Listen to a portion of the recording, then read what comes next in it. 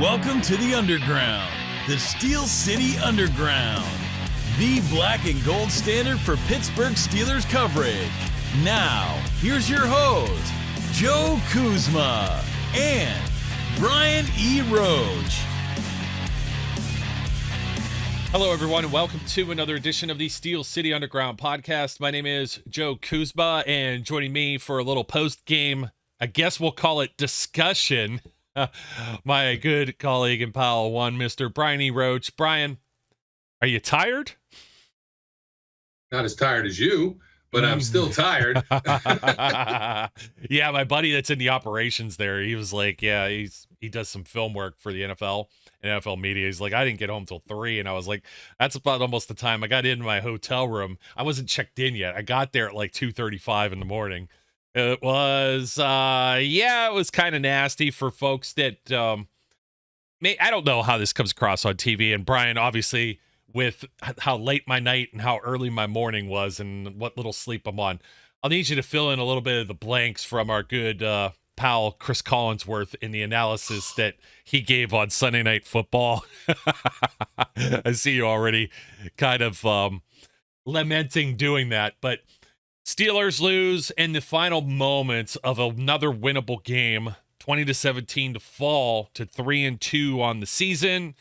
And we've got a lot of things to discuss. So let's jump into, I guess, the hottest topic so far as of, this morning is Tomlin talking about quality play and the reason as to given why George Pickens played fewer snaps than some wide receivers named Van Jefferson, Calvin Austin, etc.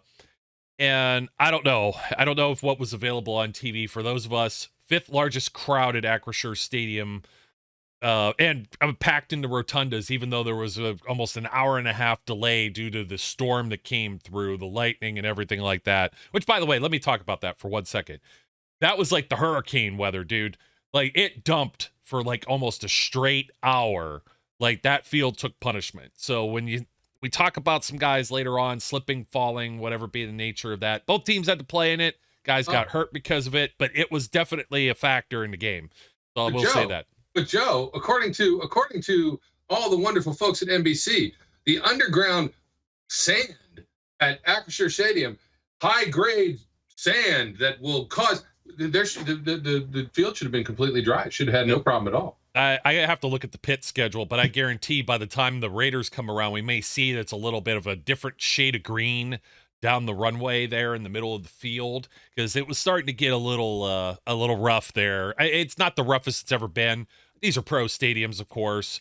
The drainage is only what it's going to be, okay? Oh, yeah. And it's weird because, like, you had some humidity and stuff, but definitely both teams had to deal with these elements. But I don't know what's going on. Like, okay, so we start with George Pickens, right? I go back to, I almost called it the taco bar, or a little topics thing this side. Got to do the weatherman thing. That's Zach for it. He's the hot topic because he didn't play that many. He played few snaps in this game. And just to give it into perspective, I know that the Cowboys had something like 75 plays, I think. They played 76 plays on offense. The Steelers played 58. Van Jefferson was the second most, aside from, Fields came off the field for 2 plays for Kyle Allen. The offensive line played the full game. Van Jefferson plays 47 of 58 plays. Then Calvin Austin plays 44. Pickens only plays 34 for 59%. So he played, I think, a healthy amount to a certain point. There's obviously, he comes off the field. I know people are like, oh, he's out there a lot. But Knucklehead, the video started surfacing where he grabs the guy, is it Jordan Lewis maybe? He grabbed his face mask and nobody caught it. And it's like, well, that's going to be a fine if the league catches that same video. And maybe Tomlin caught it. And it doesn't help that he catch the freaking ball and don't be a crybaby. He's got I like the eye black at first. And then it's like, well, there's two sides of that. Some people are going to interpret that as confidence. We know our diva wide receivers around the league. The guy's like, hey, you're not gonna be able to cover me. But at the same time, we don't know if that's like a statement that he's trying to make to the team. And I also don't know that that's also not going to draw him a fine as well. If I recall correctly, Cam Hayward had some type of cancer one in honor of his father years ago and got fined for it, and he didn't care. Ironhead. Yeah, just said Ironhead, right? So Um, I don't know how to. There's no way to really spin this. George Pickens is not helping his team if he's not out there. If you want to be a wide receiver one, you want to be an alpha, you want to be the man, go out there and be the man, make the big plays, let your play talk for itself. If you do any other type of knucklehead stuff, I don't know what else might be going on behind the scenes with coaches, with the quarterbacks, if he's mouthing off, whatever. I know people have talked about Tomlin, how he's been able to deal with guys like Bartavis Bryant. He was able to deal with, obviously Antonio Brown, a knucklehead in his day, in his own right, and get the maximum effort and keep those guys in line. I don't have any doubts about the confidence in Tomlin to be able to handle and manage these situations.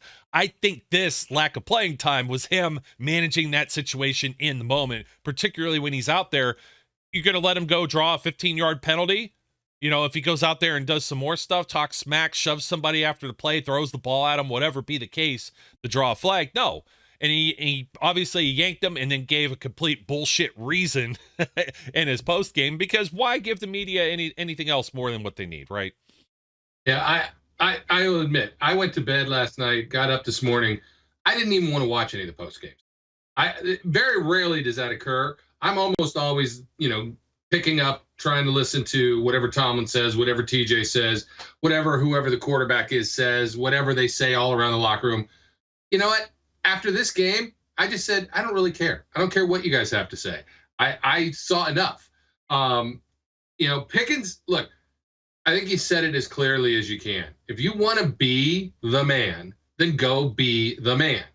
Don't whine. Don't complain. Do the routine plays routinely. Do the not routine plays at a high level. You don't expect him to never miss, right? But you can't let balls go through your hands. If you got your hands on it, you got to catch it, and you have to not be a bonehead. You can't hurt your team, and that in a nutshell is what's wrong with this group right now. Is they continue to, take the pistol out, look at their foot, and go, that looks like a good target. Hold on a second, yeah, and just shoot themselves in it. We said this the previous game, particularly against Indianapolis. There's like 10 plays where you wish you could take back any one of those and then change that play, and there you go. It changes the game. I don't know so much with this one, but this one was tougher. Yeah, this one was tougher. This is a quality opponent. Does it really define who the Steelers are or the Cowboys? I mean, it was a sloppy game for a number of reasons. We'll get into Justin Fields here for a second, but George Pickens targeted 7 times, only caught 3 of those passes for 26 yards. Of those 7, probably at least 2 of those should have been caught in addition. At least one that I could think of off the top of my head that would have converted for a third down. It was like another one of these 3 and outs. You and I are talking during the game. We are discussing Snoop Dogg and other luminaries that were at the game. Let me tell you one little story about Snoop Dogg. He wasn't too far up in the suites where I was sitting. That dude was standing for like the entire fourth quarter. He was on his feet for Renegade. He was doing a towel twirl. They caught him on the camera, and he was doing it. He was into it. So he's, to say whether or not he is like a super fan or whatever that they were calling him, he was definitely invested in the game. He was into it. But the possessions, dude, we were talking about this. It's like, what are you going to do here? Like some of these when they're like 3 and out, or you're not moving the needle at all. And that would have, I think it was this one. It was either the four plays for 26 yards or it was 3 plays for 5 yards, where it was just a killer. It was just a killer. And it's like, if you don't just possess the ball, you're supposed to be this, you want to be a wide receiver one. They haven't gone out and acquired anyone else that would shove you out the door. You're probably going to land a big contract if you just don't shoot yourself in the foot, like you're saying. Just go out there, do your job. As that's the Patriots thing, is it? The Bill Belichick thing. Do your job. Do your job. Do your job. Help your team. Don't hurt your team. I do think, as crazy as AB was, as crazy as Martavis was, there's a different level of entitlement and immaturity that goes along with some of today's players. Yes. And I think George Pickens could potentially be the poster child for that. Don't get me wrong. I like George Pickens. I think he's an incredibly talented individual, but his head is not where it needs to be unless he's always succeeding. What I am also concerned with him is when he's pushed, when he's pressed, he just assumes he should be successful. Sometimes you got to work at it. Those guys get paid too, and a physical corner, a physical DB playing him and pushing him and making him work for it. I don't know if that gets in his head or not. But he was a non-entity in this game, and he had to be an entity. Yeah, he has to be, because he's literally the only guy, unless the Steelers make a move for Devontae Adams, which is Diana Rossini with ESPN was reporting that there's some framework being discussed. I know they're not the only team, but the Steelers are definitely working on a framework to maybe make that happen. We know that he's like 31 or whatever, and that's when wide receivers fall off unless they're super elite. A 1-year rental to maybe give this team some more weapons on offense. Yeah, they could probably use a little bit more of that. There's a lot of folks that are already discussing this morning, throughout the day. Monday morning quarterback Justin Fields, is he at fault? I thought I heard it best. Maybe it was the post game. I think it was Mike Pursuta and Charlie Batch, or maybe Pursuta was on again in the morning for the Fan out in Pittsburgh, and he said, you see things sometimes. You see things as the game goes along where you like Justin Fields, and you say, hey, you know what? He's got this or this. It's got to start coming together faster. You can't okay, Atlanta, slow start, first game, wasn't expected to be the starter. You get maybe a few handful more practices that go into Denver, okay. Then you go to the Chargers, and it's like, okay, this is looking good.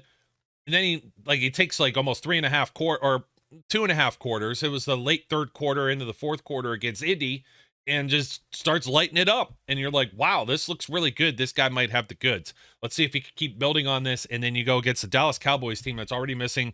We talked about this too, Brian. It's like, how could this team be missing a starting corner, missing edge guys, Micah Parsons, Dexter Lawrence, or DeMarcus Lawrence? I'm sorry, not Dexter Lawrence. And then other players getting dinged and hurt throughout the game and not being able to take advantage of this. And people are going to point at Fields. And it's real easy to point when you stat track and see 15 to 27. So he doesn't complete at least 60% of his passes for the first time all season, 131 yards. And then the 2 touchdowns. I mean, he's leading touchdown drives. It's somehow still a 93.3 rating. He ran the ball 6 times for 27 yards, but it's just not. It's not enough of a spark. It's not enough of sustained drives, and you see what that does to the defense too. Yeah, my issue here is, the offensive line is just not playing at a level that we need them to play at. And I think Zach Frazier is doing a nice job. But, I mean, Isaac hasn't been in all year, and Isaac got pancaked more than once in this game. Just literally knocked on his butt by whatever his name is, Linval Josephs. And, that's not what you anticipate happening. The offensive line's just not playing well. They don't have holes, and when they do, I swear Najee doesn't see them. Now you don't have Cordell Patterson. You don't have Jaylen Warren. You've got this guy from Harvard as your off pace running back, and it just isn't working, right? Nobody's scared of that guy. The running game is a non-existent part of the team, and that was supposed to be their identity, and it's just not working. And whether that is because purely of the running backs, whether it's the injuries to the running backs, or whether it's that the offensive line just hasn't gotten their stuff together, I'm not 100% certain. But maybe a combination of all those things. This is why when we want to say, is it Justin Fields' fault, right? Did Justin make some bad choices? Was he accurate? No, this was not the highlight game for Justin Fields, right? But he wasn't the real reason, I think, that they couldn't move the ball. It wasn't Justin Fields. It was a combination of a non-existent running game, a bad offensive line, allowing second and third tier guys to get pressure. I mean, Justin should have had all day, considering that there's no Micah Parsons and no DeMarcus Lawrence, and even the rookie guy that they got in tweaks his knee and he's out. So now you've got the 4th guy on that list. I don't think Dallas's depth is all that, right? You can't let those guys be the guys that are disrupting you. And yet that's just the way it worked out. I'm with you. And like I said, there are some drop passes. I was really like, one of the weird things in this game is just how much Connor Hayward was a part of this game plan. Sure And I know was, yeah. he scored the touchdown, but he was targeted 2 other times. There was one what am I looking for? Like he stretched for, and he's 6 foot, not 6'7", 6'8". Almost had it. Yeah. If he knew how to catch the way that running back for Dallas knows how to catch and could turn his body, he may have had the ball. Making some matrix moves and stuff. Yeah. And there was another one. There was one that he dropped on a third down also, right in the bread basket. Should have had. Van Jefferson misses one. It wasn't as deadly, but it was like, man, why does everything have to be such a chore here? I heard one of these like radio callers call in, and they wanted to say, well, this offense reminds us a lot of like the Matt Canada thing before. Matt Canada is sitting there like with the Leo and the beer. I'm like, they're scoring touchdowns. They actually have leads at certain points. They've won some games. You had a guy throw for over 300 yards in the previous game. It's not the same offense. There's still some of the same talent. Maybe they don't have the veteran leadership, but I can't pin it all on Fields. That whole first half, yeah, he was off on some of these. He sailed one over Darnell Washington. I don't know how you miss him. It's like, paint the barn red. You should be able to hit the barn. he made a couple bad decisions on where to throw, and lucky got away with them. He missed guys. He was not accurate, so he was not. As I said, it wasn't his best performance. But it's not. This is not a Justin Fields lost the game for us. And to speak to the caller who was talking about Matt Canada, look, here is the primary difference between the Matt Canada years and right now. When they come in, you don't immediately go, well, we're about to go 3-and-out, right? There is some element of hope that they can put a drive together. When they start to move the ball, you're not like, well, they'll stall and get a field goal. You think they could score, right? With Matt Canada, the assumption always was, well, the defense just gave up a big play and they scored. Now we'll go 3-and-out and put the defense back on the field. Yeah. That's what you assumed. There was absolutely nothing there. And I also want to say that Fields had there was a play where he rolled out to his left. And I'm trying to think if that was the second quarter, maybe. Could have been third quarter. My mind's a little fuzzy here, but Pat Freiermuth, he came out of his break a little late.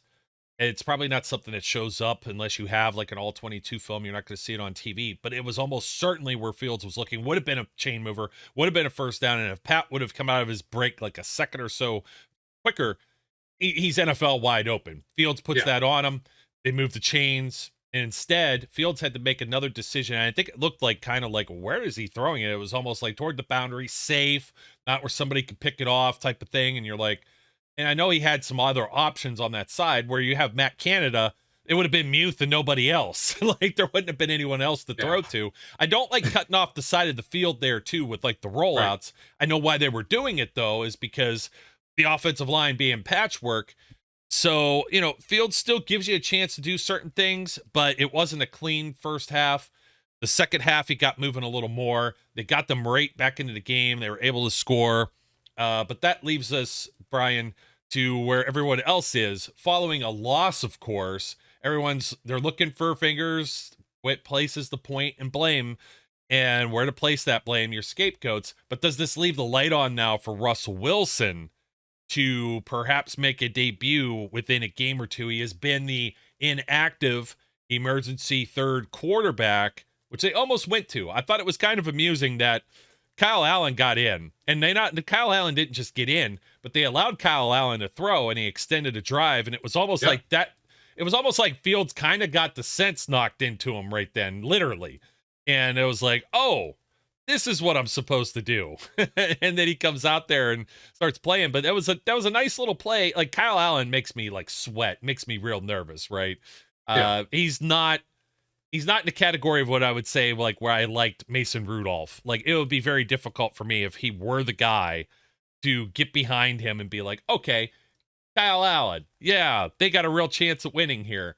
No, I was really thinking the Cowboys couldn't run the football. They couldn't stop the run, all these other things. And I don't know that those things change if Russell Wilson plays in this game. In fact, you probably get rid of some of the mobility type things you could do with your quarterback in even a third and short or anything like that, or just getting away from any type of pressure that's being placed. But that doesn't stop the fact that there's a veteran quarterback, 9-time Pro Bowler, guy that's in MVP conversations, former Super Bowl champion, Russell Wilson, that might now be upgraded to at least a backup. And now when he's a backup, you're a series or two away of mistakes from, okay, it's time to go sit down.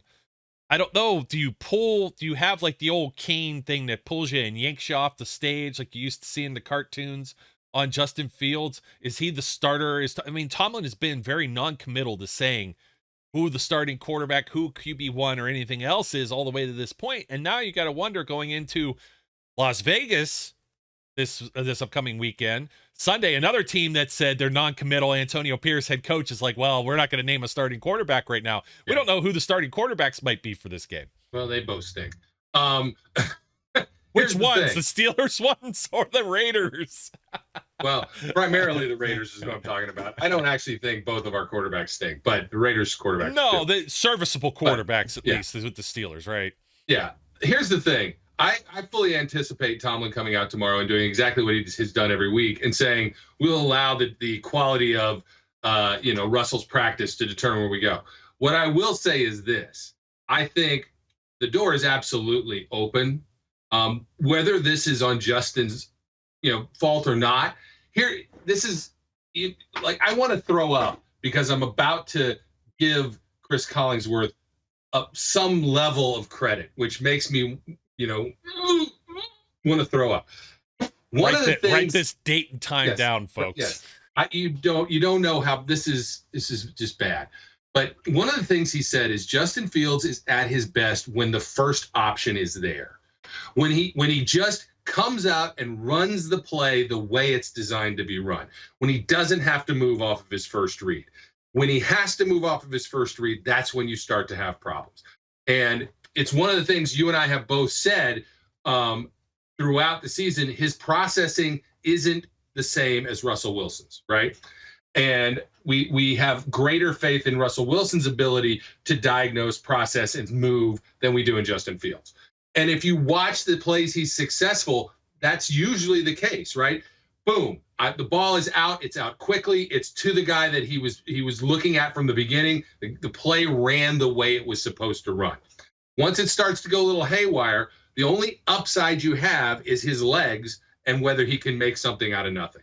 So is the door open for Russell Wilson? I think absolutely it is. I don't think that they are going to make a change for the Raiders game, but God forbid they go to Los Angeles and lay another egg, or Las Vegas. Los Angeles, I don't know why they'd go there. If they go there and lay an egg, then then I guess they forfeited the Raiders game. They're just standing in the stadium going, "Is there somebody for us to play?" I don't know. Anyway, at least they're not going to Oakland because if they go there, they still won't win. You're right. They still won't win. Here's the bottom line. I think is this: if Justin is slow to start, you could see Russell Wilson, regardless of what the status quo remains the same. But I will not be surprised if Russell looks really solid in practice that they make a move, because these last two games, minus that quarter and a half where Justin played really well, have not really made the case that we shouldn't go to Russell Wilson. Yeah, no, you're 100% there. I think the only other thing to add with this, there was we talked about it a little bit already. There was a Van Jefferson drop pass right on his hands. Pickens right on his hands. Connor had the layout for one. Okay, iffy. You know what I mean? He's not huge. Or Washington, or I think there were some timing things. I think some of that might have still been the field. It might have been the slow start. These guys get in so players get into the mind of a player. For example, you're in such a routine. Now you haven't had a primetime game yet this season. You're East Coast time, at least the Cowboys. Like, I feel like even being on Central time and an hour behind probably benefits them when the game gets played all the way to 12:59 a.m. And I was like, man, can you imagine if this game, if they hit the Buffalo Wild Wings buzzer and now we have like OT? Can you imagine if they the Steelers get in any type of position to have tied that game, or if it was just the 3-point, the 3-point margin that was there?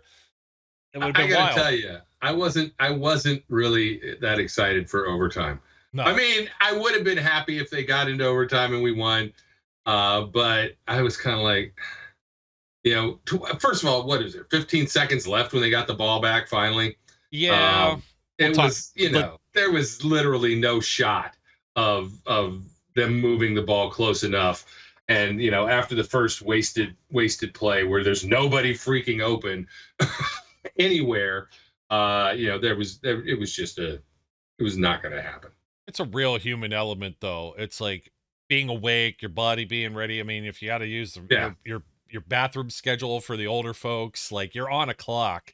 Maybe you can't sleep in or be up past a certain hour, Brian. I know you're usually like a morning person, so being up for this one. I mean, even for this one, guy I'm sitting next to is in his 30s. Brings his fiance, which is funny because her and the father-in-law are both Cowboys fans. I'm like, really, guy?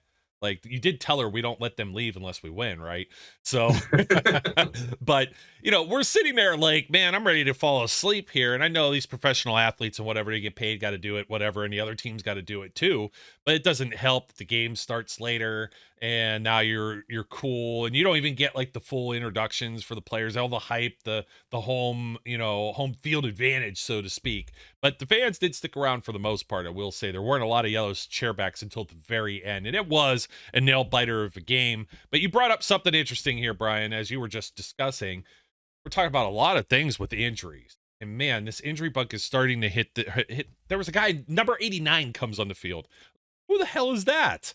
Like Brandon Johnson or whatever. Like, what? He got here he got here yesterday. Yeah. How's he in the game? I was floored by that. And I guess part of that was obviously because of the George Pickens stuff. I like this guy. I wouldn't even have picked him up or noticed if he was active or inactive. Like I barely know that he was on the team. So he gets it. Actually, you know what? I'm kind of curious. He did. Oh, is he on here? No, he's on the practice squad, right? Because he was in elevation. Brandon Johnson. Elevation, yeah. Yeah, he was in elevation, and Brandon Johnson actually played 5 snaps, which is kind of interesting. I wanted to see Jonathan Ward, and then after that, I didn't want to see Jonathan Ward. But the reason you're seeing guys named Aaron Champlin, Brandon Johnson, who else might be on this list? I mean, we saw a little bit of Scotty Miller, too, but Scotty Miller I like. I think Scotty Miller's got some utility to him, and he could offer some stuff. But Jeremiah Moon, for example. Yeah. And I'll tell you what, it's just, you had Terrell Edmonds play 11 snaps in this game. James Pierre got out there. Miles Killebrew got out there on defense. The bodies were just falling everywhere. And you had so many positions like of strength, right? Running back, you got Najee Harris. You got Jalen Warren. You got Cordarrelle Patterson. And you take 2 of those guys completely off the board. You no longer have the chess piece. Offensive line, we've already discussed. You're down James Daniels. The other Herbig brother. Both Herbig brothers. Now, we're worried. Yeah. Now, Nick gets hurt. He pulls up his hamstring and is hopping around and hops off the field into the tent. You don't see him again. Not a good sign. The edge rushers you thought were deep. You're down Alex Highsmith and Nick Herbig. But back to offense real quick, too. Michael Pruitt isn't out there. So, like, your offensive line, now you have another starting lineup. You got Sambalu finally getting out there for the regular season. So you got to fit him in. You got Mason McCormick, a rookie. You got Zach Frazier, a rookie. You're playing above the line, but to a certain degree. When you got Linval Joseph, who's been doing this for a long time, the veterans know a few tricks. They may have lost the step, but they also know how to regain it. They could get that little edge. They know the little nuances, and they could fool the guys who haven't seen this stuff before, that are new to the game.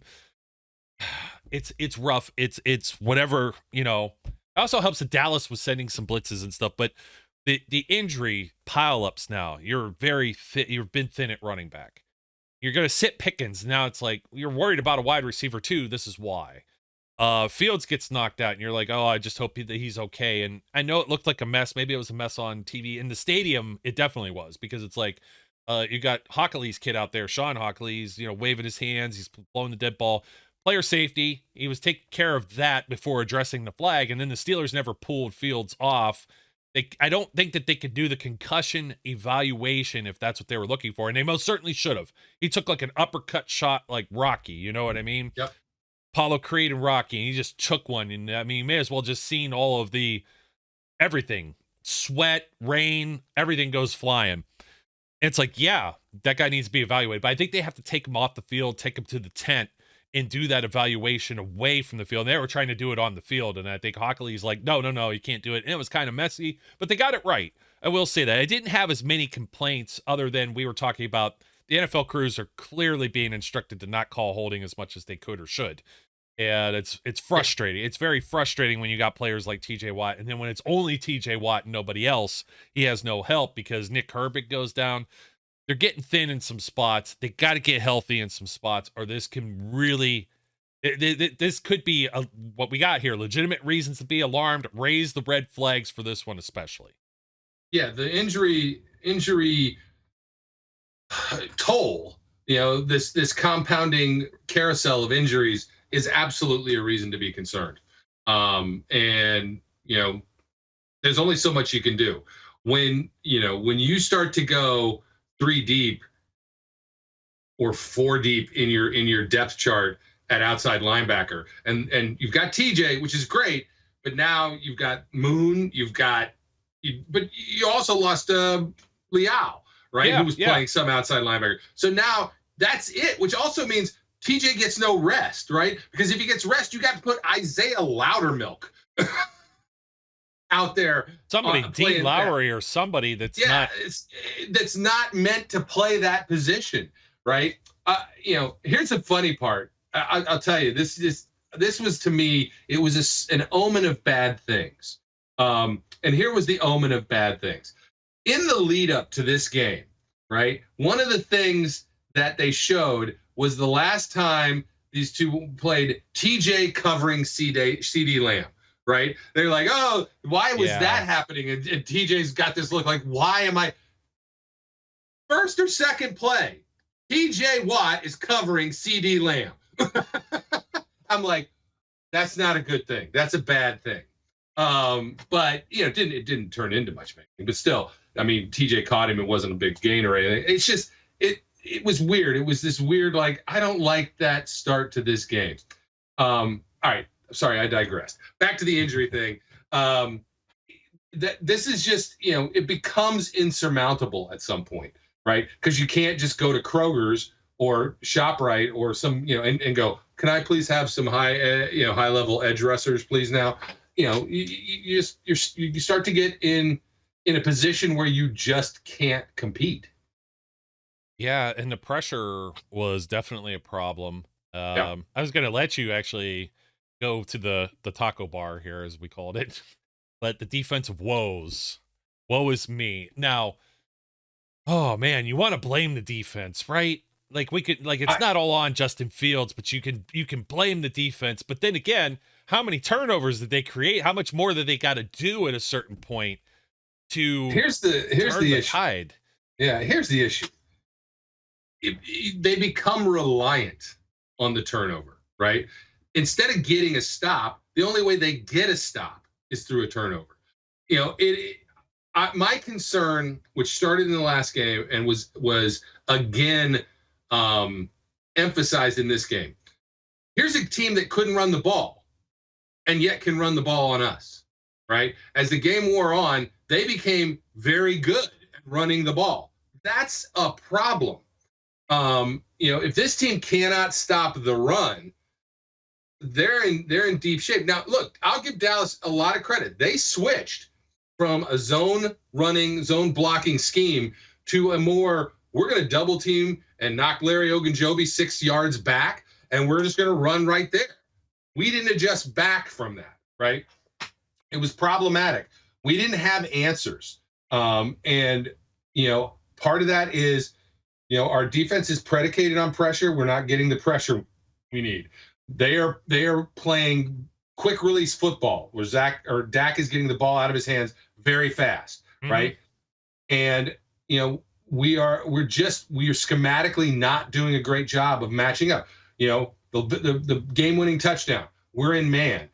Maybe we should have been in zone, because that crossing route, there's no way for Deshaun Elliott to navigate all the other bodies and stay close, right? While it wasn't a pick, it's a pick. It's one of those picks where it's a pick because they're in your way. But you didn't run into them, they didn't run into you, but you have to circle around, which opens the guy up. There's nothing you can do about it, right? If you're in a zone, you can pass that guy off. Maybe it doesn't work that way. We just schematically were not aligned with what they were doing versus what Dallas had in place at times. And I think a lot of that is limitations based on injuries, limitations based on personnel. Yeah, it definitely is. They play, all these topics kind of go into each other. I'm going to circle back around to that final play and final series that was there. I mean, you just look at this. Dak Prescott, 29 of 42, 69%. Nice number, by the way. 69 on the money. Nice. 352 yards, 2 touchdowns. He got sacked twice. He had 2 interceptions. And the defense, I mean, Landon Roberts nearly gives it to you at the very end. They're on the half-yard line. 2nd and goal to go. And punches the ball out. Hell of a play by It's Landon. just, oh, man, I'm down there in that corner of the end zone, too. And it was just like, oh, they could have just fallen on the ball. If anybody sees it in the way, footballs always take, like, I don't think there's any scientific thing. They're still trying to use film to figure out the immaculate reception from, the 70s to figure the ball could go this way, or we bounced it 1,000 times and maybe it did or didn't hit the ground. It didn't hit the turf or whatever. Like, there's no way of actually knowing. But man, it was, you're right. 31 carries, 109 yards for the Cowboys. Dowdle, 87 yards on 20 attempts, 4.4. And I don't think this dude, I was going to go back and look real quick. Dowdle, that is. I don't know that he's even ran for that much at all this whole season. Let me pull him up. I was like, who the hell is a Dowdle? What's a Dowdle? Well, they brought Zeke in for like a quick... I Dowdle that I never heard of Dowdle. For a quick minute. Yeah, here we go. Dowdle, so through his 5 games, he had 8 for 26 against Cleveland. He had 7 for 30 against the New Orleans Saints, 8 for 32 against the Ravens, 11 for 46 against the Giants. It just baffles my mind as to the Ravens defense or the Browns defense. Are they better, or at least on par with what the Steelers are putting out there? Maybe they're not. Maybe the one or two injuries is that much of a significant impact to the whole team. But Brian, let me ask you this much.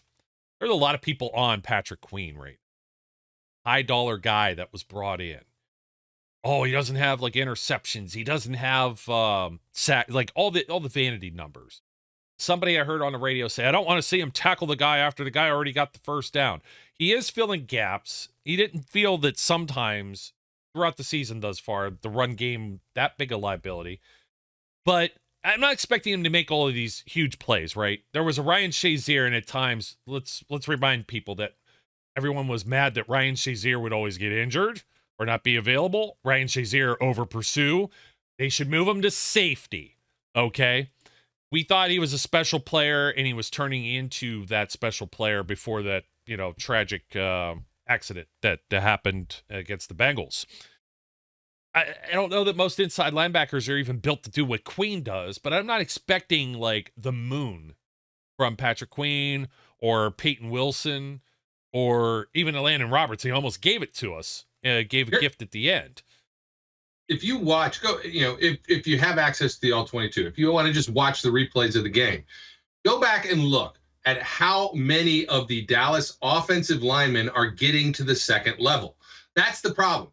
Doesn't matter whether you're Patrick Queen, Roquan Smith, Jack Lambert, Jack Ham, whoever, right? If offensive line are getting to the second level, if the defensive line is not occupying those guys and they're getting second level, you're not going to be impactful, right?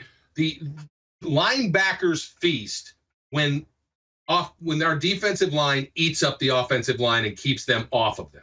That's when they can run to fill gaps. That's when they can run to fill holes. That's when they can make plays. If they're getting consistently blocked, that's a problem, right? And the problem sits at the front of the line. And Dallas simply was getting to the second level a lot with their offensive line yesterday.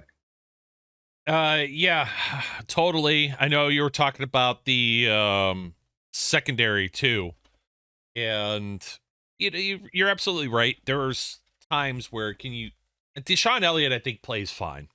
They were playing KZ some more. They're deploying Edmonds also. They're using a lot of extra safeties.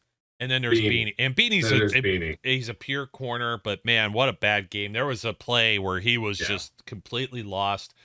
You texted me, you're like, how many more games till Cameron Sutton could come back? And I'm like, well, it was an 8-game suspension, so 3 more. It's going to be around the Commanders after the bye. What I tell you about those damn Commanders. Who did they light the hell up yesterday? Cleveland? Man, I'll tell you, and Browns has their own offensive woes. I'm not going to dump on them when the Steelers are not showing us anything differently here. But you want to talk about players quitting on plays? Just go back and look at Deshaun Watson and what happened there. We're not going for it. I'm just walking out of here.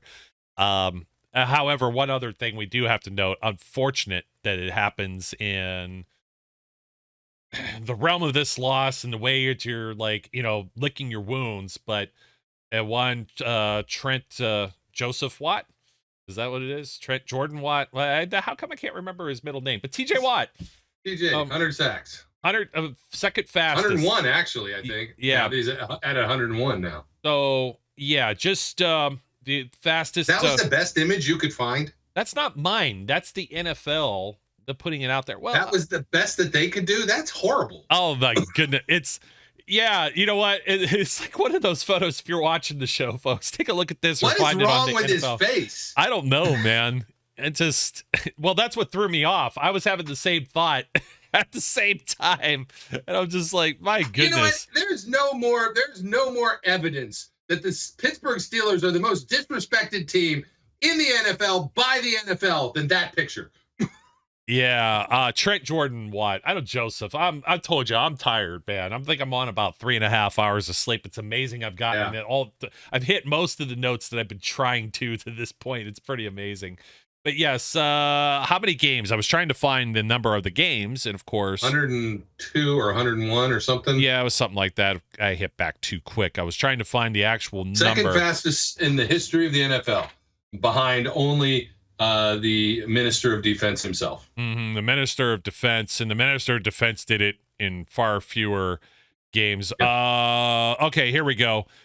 TJ Watt, second fastest player in NFL history, reached a milestone, doing so in 109 games.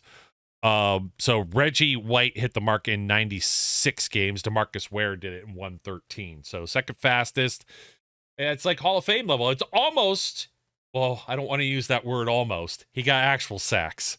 But I was going to say it's almost defensive MVP worthy, but just almost. They say almost only counts in horseshoes and hand grenades, but it also counts with quarterback sacks. Almost, yeah. Sometimes almost. Yeah, sometimes almost. All right, close this out. There's some things we have to address. And I know some people, they're all on the Tomlin's a fraud. Now it's all, number one, clock management. Did you have any problems with clock management from Mike Tomlin? What would you have done? Like, I know there's some people that are like, would you have let them score at the end? And it's like, no, you get down to like one play and they nearly pull it off. They punched the ball out on the half-yard line. And that's the reason why you lived the fight that other day. But do you use that timeout maybe at 49 seconds where there was the player injury, neither team wanted to use the timeout, they did a 10-second runoff, and it's like, here's the problem. When you watch that series of last 3 plays, right? I might have not done the 10-second runoff and allowed that to happen.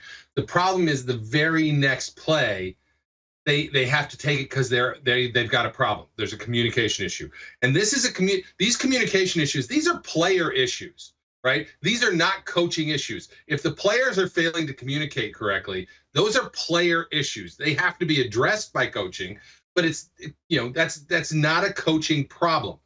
Anyway. I don't really have a huge issue with how it played out, right?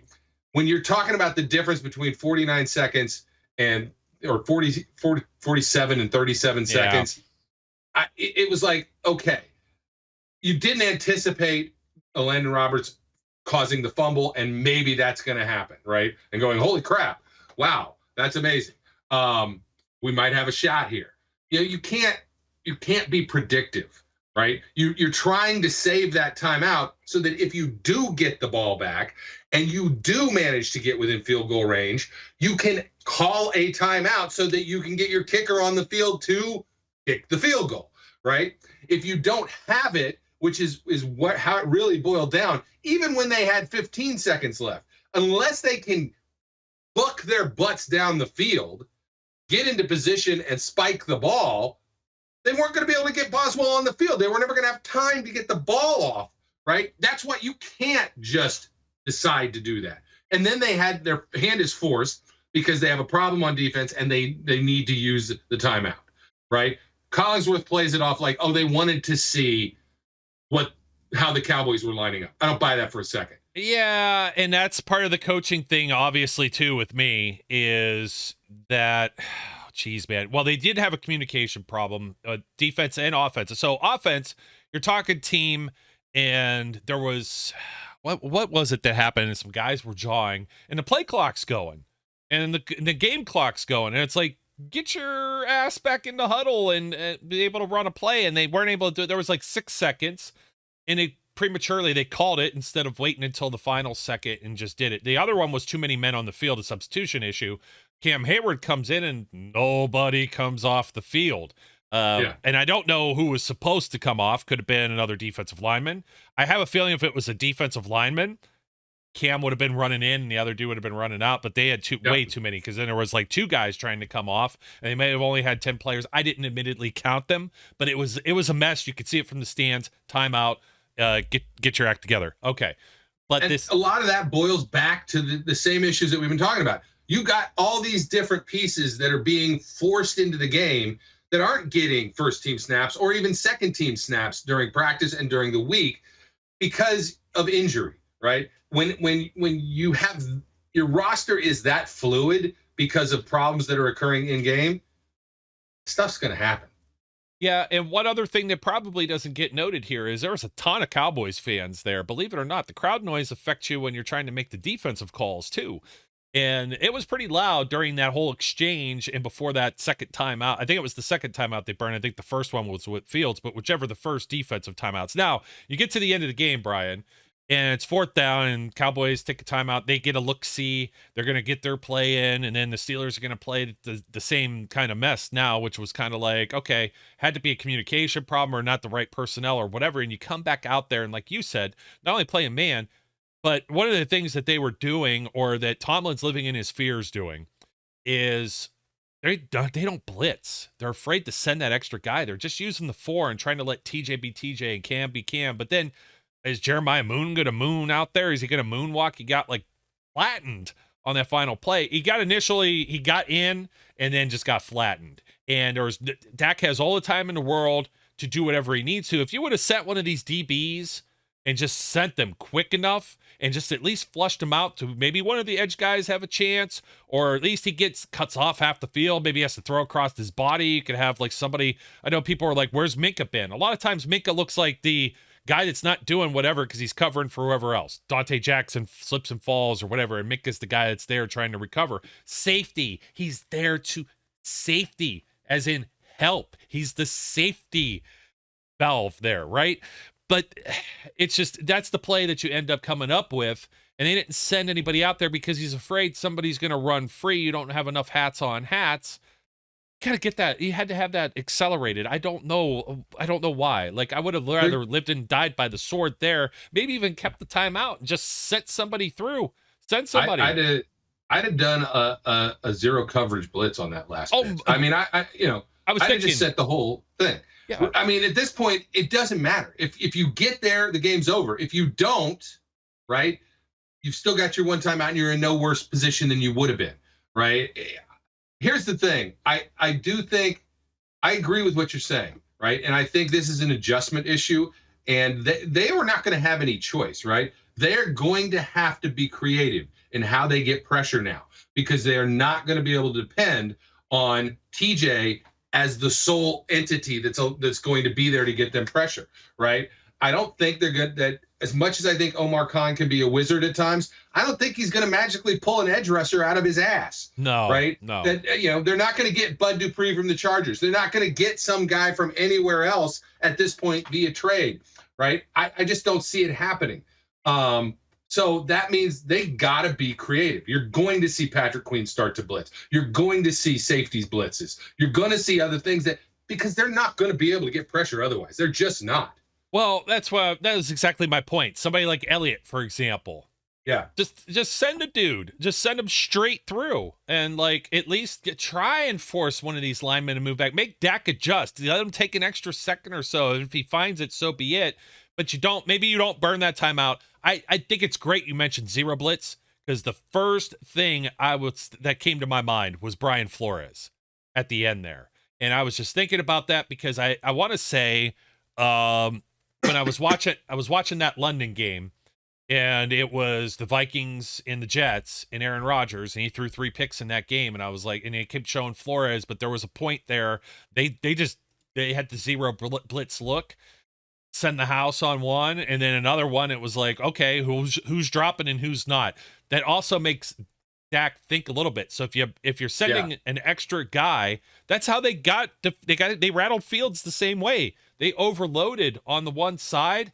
Dan Moore had to pick and choose one guy. He went for the inside guy, the outside guy. Well, maybe he'll have an extra second, and just lucky on one of those, like Fields gets rid of the ball quick enough. He was going to get hit from behind, and that was going to go. And I didn't mention that with Fields as far as the fumble, the exchange, whatever it was. Again, ugly. Luckily, he was able to get it, but didn't shoot yourself in the foot. The only other thing I really questioned. There was a couple of them. It's short yardage, third down type plays. Steelers in this game, let's see, as a team, on third down, 3 of 12, 25%. They were terrible. Absolutely terrible. It was like they could not get a yard to save their life. Najee Harris out of shotgun. Well, all of a sudden it was like, okay, Najee out of shotgun now, because you got to give him a little bit of head of steam, maybe. I don't know. Like, this isn't Jalen Warren or Cordero Patterson. Hit the hole, you get that yard. You could only send Justin Fields in there so many times to do so many creative ways to sneak and get that extra yard, and you're watching replays, you're getting officials measurements that are by the inch of the ball, by the chain links. Oh, it was a struggle. And then you halfback toss to Aaron Shamplin on like a 3rd and 8. It was like, I don't know if you're trying to outsmart anybody or what that was. It didn't work. Could it have worked? I don't know. There was a little bit of awkwardness that at least put some of this. You put some of this on Tomlin, you put some of this on Terrell Austin, and you could put some of this on Arthur Smith as well, based on the personnel that he's got, right? Yeah, I mean, I'm going to reiterate what I said before. There's times like when you watched Cordell Patterson in the last game running and hitting holes and there were holes there, right? The problem I saw in this game is I didn't see holes anywhere, and I've had issues where I feel like Najee's vision is not always the best. Like he runs where the play goes, but if there's nothing there, then he just runs into linemen. I don't know that he always sees the hole that's there. It is very difficult to make those kind of analysis off of watching a TV broadcast because you don't get all the angles. You got a better shot looking at the all 22. And I don't know. I don't know if I have the patience to go back and get it off of NFL.com or whatever and look at it, because this game was just too frustrating overall. But via the television, it just didn't look like there were holes there, right? So it didn't really matter who you were sending. There wasn't any place for them to hit. Jalen Warren is a difference maker, and they sorely miss him at this point. They're going to miss Cordell Patterson. Look, Jonathan Ward did a decent job, but he's not a guy that's going to help. Same difference goes with using Ward or Shamplin as like your guy trying to blow up a linebacker. It's not the same as having Warren out there. Nope. And you don't have Pruitt out there either, and you're using Connor Hayward, who's a mismatched guy at times too. So, it's like, how much do you place here or there as far as like with the coaching staff and the personnel that's available? It's tough to say. They ended up it was pretty balanced. They ran the ball 26 times to throwing it 27. Some of that was, hurry up mode and trying to get back into the game. But boy, was it a nail biter for a few of those, just trying to get those extra yards. It's just like, where's this coming from? Najee, 14 carries, 42 yards, just 3.0 per average on his runs. Justin Fields got some here or there. Shamplin was 4 for 14 for 3.5. Ward had 2 for 9 for 4.5. Ball security is also a thing with some of these guys. You're asking undrafted players basically being called up from the practice squad or signed to the practice squad to fill some major roles. They've got to get healthy in these areas. There was definitely one other thing that now it's eluding me, and I'm trying to think what it was in the context of coaching, obviously. And unfortunately, it escapes me. I'm sure somebody's going to mention in the comments, "Hey, you guys didn't bring this up," and I'd be like, "Darn it, that was it. That was the one." But Yeah. I'm foggy here. I'm thinking it was like run game or something, and I can't remember exactly what it was. But you take George Pickens off the field because he's being a bonehead, and you end up with Kyle Allen out there for a play or two, and you got Aaron Shamplin in the backfield, and you got Mason McCormick making like his second ever start. And now playing at the right guard, you got St. Malo back in there. They cleaned some of these things up. The good news is, folks, is that the Raiders is the type of team that could be a get-right team, but the Raiders is also a team, depending on, they are Jekyll and Hyde. They can come out there and wipe the floor with you, too, if you're not careful. So we're going to see what ends up happening this Sunday. Like, what was it? 2 games. We're 3-0, and we did some little blurbs, right? Some shorts. And I think I said that the Steelers looked like the cream of the crop in the AFC North. They don't look like it anymore, right? The cream of the crop was just a dream. That was a dream that has since turned into a nightmare. But here's the thing. You're right. The Steelers could get right against the Raiders, but they notoriously don't do well traveling to the Raiders. But I'm going to tell you, they better. Here's why. The Jets game is very losable at this point, right? The Giants game. The Giants just went out and beat Seattle in Seattle. The Giants game looks losable. If this team plays the way they played, they will get lit the hell up by the Commanders. I'm just telling you. And that changes all of a sudden, here's a team we were thinking could be, 7-0, 8-0 when we get to, the midway point, maybe 8-1. I do not want to see this run defense play Derrick Henry. I don't want to see it. They have to figure some stuff out, and they've got basically 4 games to do it before the worst part of their schedule starts. Yeah, but, here's the other thing. We are like, the sky is falling. A 3-0 start. They lose 2 in a row because they're winnable games. They lose them both by 3 points apiece. It's just, it's so close that you can reach out there and grab it as opposed to being, right. They got the doors blown off of them by San Francisco in the opener last year. That's true. At home, no less. And San Francisco's a 2-3 team right now, I may add. There is some goofy stuff. Seattle starts 3-0, and they've lost 2. They lose to the Giants. So not everybody's Vikings can't lose a game with Sam Darnold. Are you kidding me? Yeah. I mean, there's just, stranger things have happened, and this league is just, it's so... all 4 of those games that I just said are also winnable games. Yeah. Maybe the Commanders game not as much as I've been warning you about them for 3 weeks now. And they're a scary team, much more so than you would have anticipated. I am so glad you brought this up within the context of coaching and everybody that talks about get this guy. Don't forget that Eric Bieniemy went there in order to write his own story. He was the hot hand, the coaching hire, the next dude, off the Andy Reid coaching tree, and bombed. Obviously, Ron Rivera being, the head coach there and whatever. And then you've got, they change quarterbacks. They get, obviously, a quarterback-driven league, right? Yeah. But you get, what's his name now? Now I can't think of Cliff Kingsbury? Cliff Kingsbury, yes, thank you. And they're just lighting it up with Jaden Daniels, man. It's just, wow. It's just unbelievable. So I'm glad you brought that up, Brian. I've been meaning to say that. But in the same context here is, okay, you've got, now Baltimore has a division win. They should have lost to the Bengals. Hold on the 24-yard field goal. That game to death. But the Bengals are 1-4 and the Browns are 1-4. They're pretty much, unless the Steelers have the monumental collapse and lose like 6 in a row, knock on wood, that's not happening. They're in a I'm pretty not firm scared position. of the Browns, right? I'm not scared of the Browns. Here's the difference. I don't believe we have the dynamic defense to take advantage, or the dynamic offense to take advantage of Cincinnati's incredibly crappy defense in the way that we would need to keep up with a very dynamic and continuing to improve offense with both T. Higgins and Jamar Chase in it, right? I'm worried about the Bengals games. I'm worried about the Ravens games now. I'm not worried about the Browns game.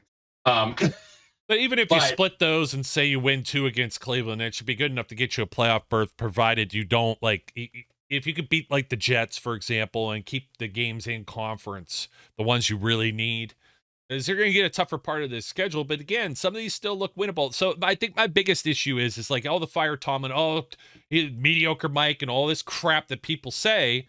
It's like he goes out there and they're able to win games a lot of times with a lot of the random names and bodies, and you got to look up their number on the roster to know who the hell it is, right? 3-0 start. Everybody's like, oh, well, they beat Kirk Cousins, and that was just week 1. Well, the Falcons look pretty good right now. I'll tell you, the Denver game looks a lot better than it did exactly at the time. And I understand that Herbert got hurt, and that team went out there the next week, and they nearly knocked off the Chiefs. They were still competitive with them. And then the Colts with Joe Flacco, they're sitting out there like, is this reality? It's another one of these, is this reality type things. Now, they narrowly lost to Jacksonville. But, I mean, Flacco's out there, 359 yards and 3 touchdowns with no interception, Brian. 33 of 44, 75% of his passes completed. And they're already talking about, they got the highest rated quarterback right now in the NFL and the lowest rated quarterback in the NFL, and Anthony Richardson. It's like, what are you talking about here? Can you talk about any like polar opposites in the National Football League? Hey, we're up against it, my friend. Thank you for joining me once again.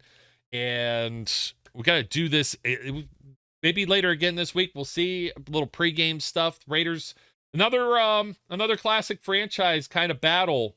Two traditional teams that have clashed in the past and have some history as far as their namesake. So Steelers and Cowboys, and now you follow it up with Steelers and Raiders. Well, good times. Absolutely. I just want to, there's a little note I want to bring up.